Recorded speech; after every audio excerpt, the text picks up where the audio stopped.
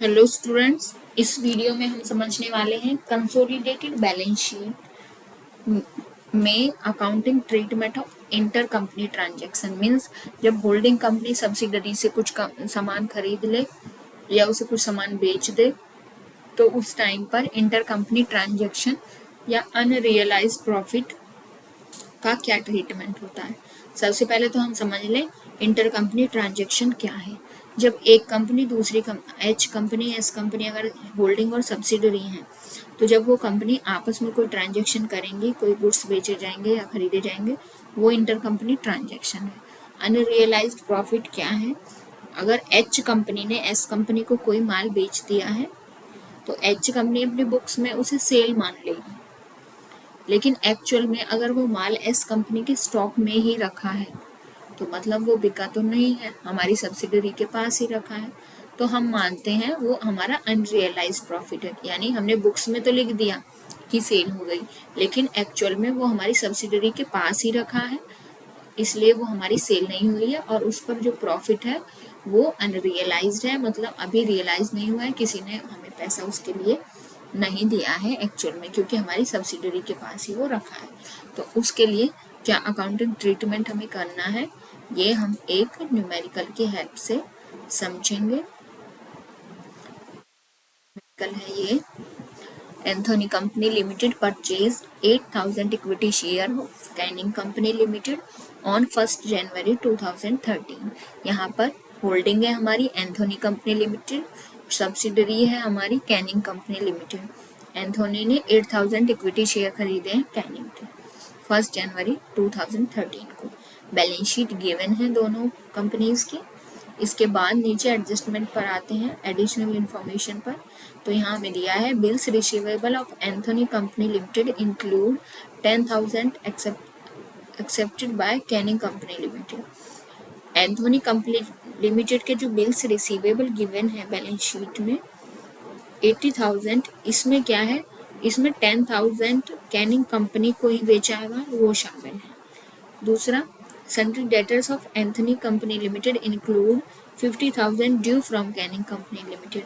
Sundry debtors हैं जो 1 लाख के, इसमें 50,000 कैनिंग कंपनी लिमिटेड ही शामिल है, यानी कैनिंग ने कुछ गुड्स हमसे खरीदे होंगे, वो शो हो रहे हैं यहाँ पर।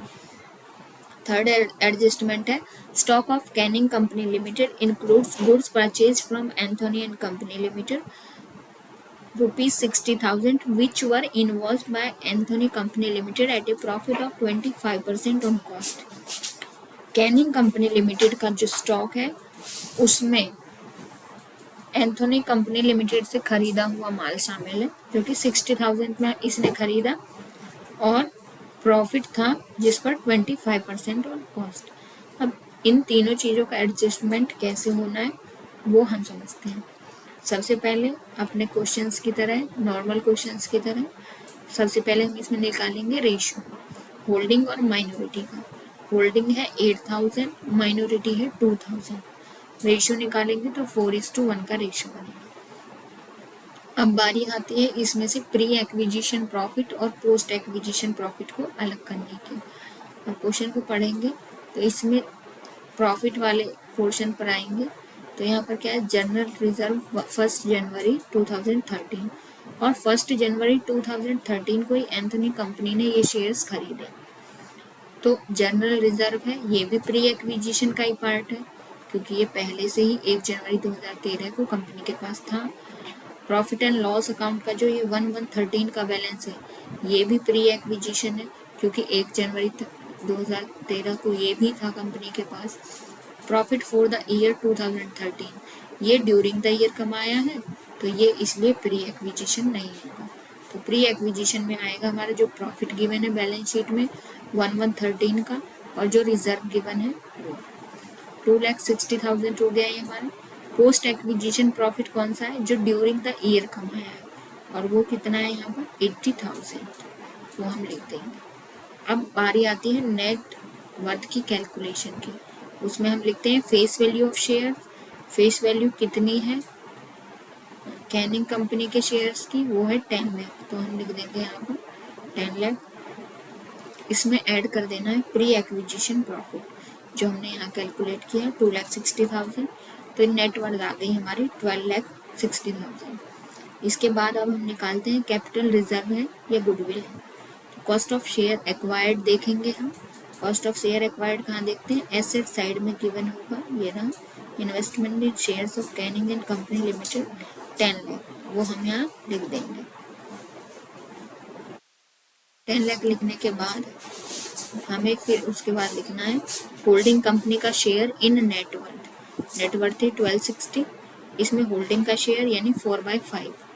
4/5 जब हमने किया है तो ये आया 10,08,000। अब दोनों को कंपेयर करते हैं।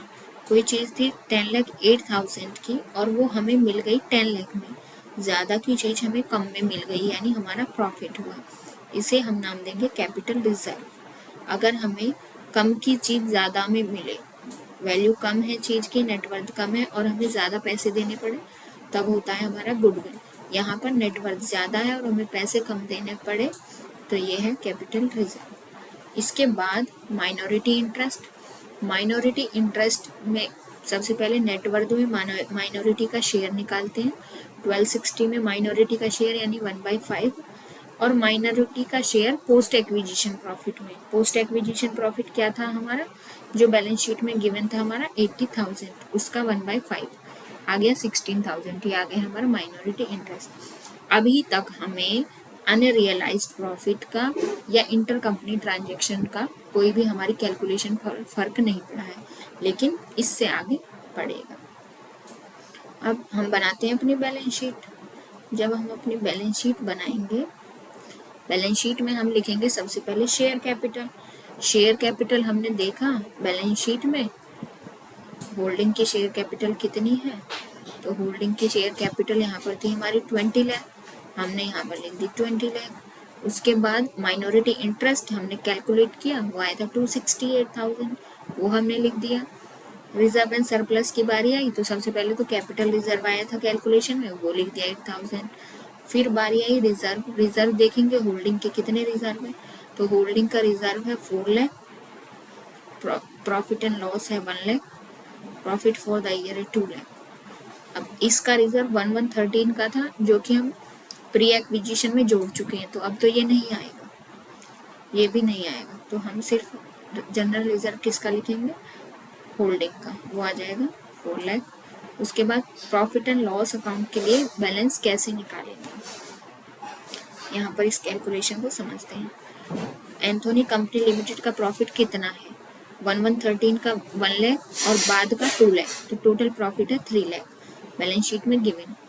पोस्ट एक्विजिशन प्रॉफिट में होल्डिंग का शेयर कितना है, 80,000 पोस्ट एक्विजिशन प्रॉफिट था बैलेंस शीट में गिवन, 4/5 किया तो आ गया 64,000।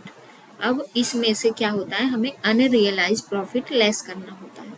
अनरियलाइज्ड प्रॉफिट कहाँ से निकलेगा, जो हमारा 60,000 का गुड्स है जो कि कैनिंग के स्टॉक में रखे हुए हैं पर वो बिके नहीं है, तो उसे कैसे निकालेंगे। यहाँ पर उसने दिया था कॉस्ट पर 25% प्रॉफिट है, यानी अगर कॉस्ट 100 है तो प्रॉफिट है 25, तो सेल हो गई 125। तो हम इसे इस तरह निकालेंगे, if sale is 125 then profit is 25, if sale is ₹1 then profit is 25 divide by 125, and if sale is 60,000 then profit equal to 25 divide by 125 into 60,000।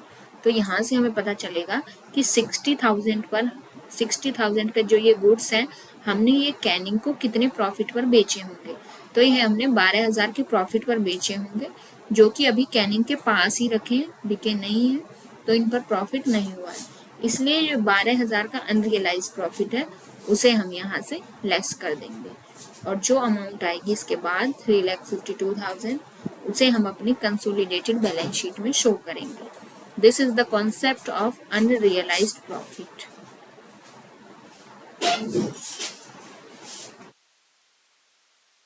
Unrealise profit के बाद हमने प्रॉफिट एंड लॉस अकाउंट दिखा दिया 352।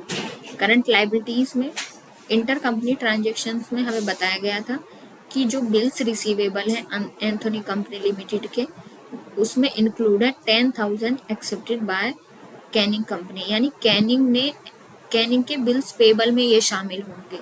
तो Canning का जब आप लिखे हुए कंसोलिडेटेड बैलेंस शीट में बिल्स पेबल तो 30,000 एंथोनी कंपनी के, 10,000 कैनिंग कंपनी के, और इसमें से 10,000 लेस कर दिए जाएंगे। इंटर कंपनी ट्रांजेक्शन्स लेस कर दी जाती हैं, तो बिल्स पेबल में से 10,000 हम लेस कर देंगे, यहाँ दिखाएंगे 30,000। यही बिल्स पेबल, जब आप बिल्स रिसीवेबल की तरफ जाओगे तो एंथोनी कंपनी के बिल्स रिसीवेबल हैं 80,000, इसमें से 10,000 हमने कैनिंग को दिए थे, इसलिए 10,000 यहाँ लेस कर दिए, प्लस 10,000 ऐड कर दिए जो कैनिंग के अलग से दिए। यानी जो ये अमाउंट होती है इंटर कंपनी ट्रांजेक्शन की, जो इन्होंने आपस में बिल्स रिसीवेबल और बिल्स पेबल किए, वो बिल्स पेबल में से भी घट जाएगी और बिल्स रिसीवेबल में से भी घट जाएगी, दोनों तरफ। इसी तरह क्रेडिटर्स में उसने कहा कि sundry debtors of Anthony company limited include 50,000 due from Canning. Sundry debtors में तो आप जब बैलेंस शीट बनाओगे तो इस डेटर्स में देखोगे सन्ड्री डेटर्स हैं जो इसके 1 लाख में से 50,000 लेस कर दोगे और कैनिंग कंपनी के 120,000 ऐड कर दोगे, तो यहाँ पर आपकी अमाउंट आ जाएगी 1,70,000। तो जो चीज डेटर्स में से घटाएं 50,000, वैसे ही ये हमें क्रेडिटर्स में से घटेगा।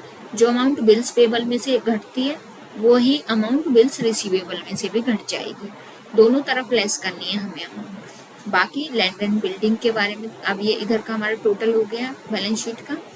एसेट साइड में लैंड एंड बिल्डिंग का सबसे पहले दोनों की ऐड करके लिख दो, प्लांट एंड मशीनरी दोनों ऐड करके लिख दो। स्टॉक में क्या करना है, स्टॉक दोनों का ऐड कर दिया और इसमें से अनरियलाइज्ड प्रॉफिट वाली अमाउंट लेस कर देनी है, जो कि आई थी हमारी 12,000। तो एक तो 12,000 स्टॉक में से घटेगा, दूसरा यहाँ पर जो प्रॉफिट निकाला गया उसमें से घटाया जाएगा। बाकी कैश दोनों का ऐड करके लिख देंगे।